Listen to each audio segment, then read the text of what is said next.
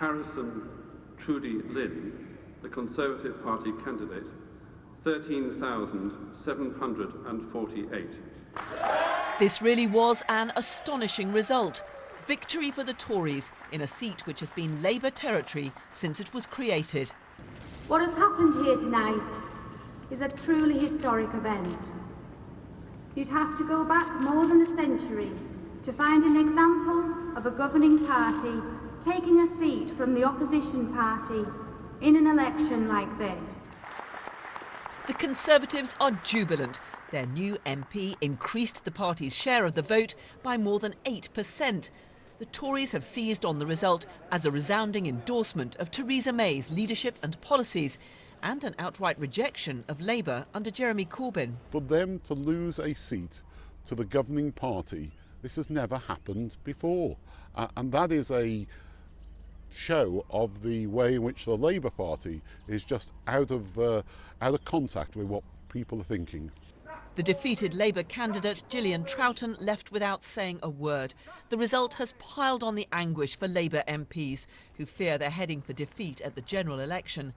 Jeremy Corbyn has rejected suggestions he should step down. I was elected to lead this party. I was elected to lead this party to oppose austerity and oppose the redistribution of wealth in the wrong direction, which is what this government is doing.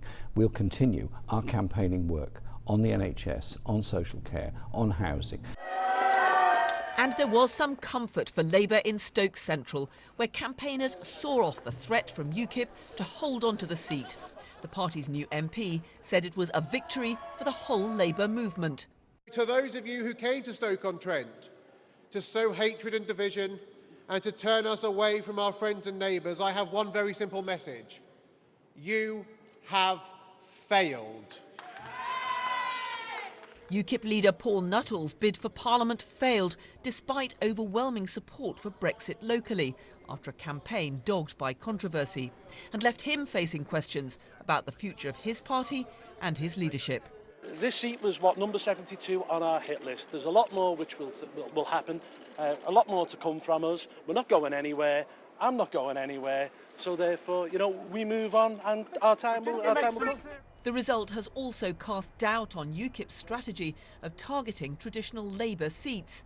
This lunchtime, the Prime Minister arrived in Copeland to congratulate her party's newest MP on what she said was an astonishing victory. And what I think we've seen from this victory is that this truly is a government that is working for everyone and for every part of the country.